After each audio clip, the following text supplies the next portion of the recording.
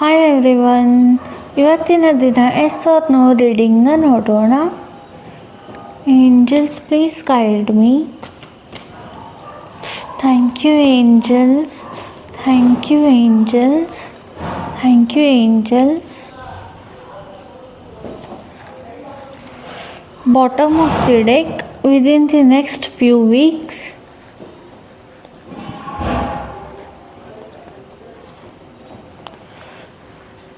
There is something better. ನಿಮ್ದೇನೇ question ಇದ್ರೂ, ನಿಮ್ದೇನೇ ಆಪ್ಷನ್ ಇದ್ದರೂ ಅದಕ್ಕಿಂತ ಒಳ್ಳೆಯ ಆಪ್ಷನ್ ನಿಮಗೆ ಮುಂದೆ ಸಿಗಲಿದೆ. There is something better.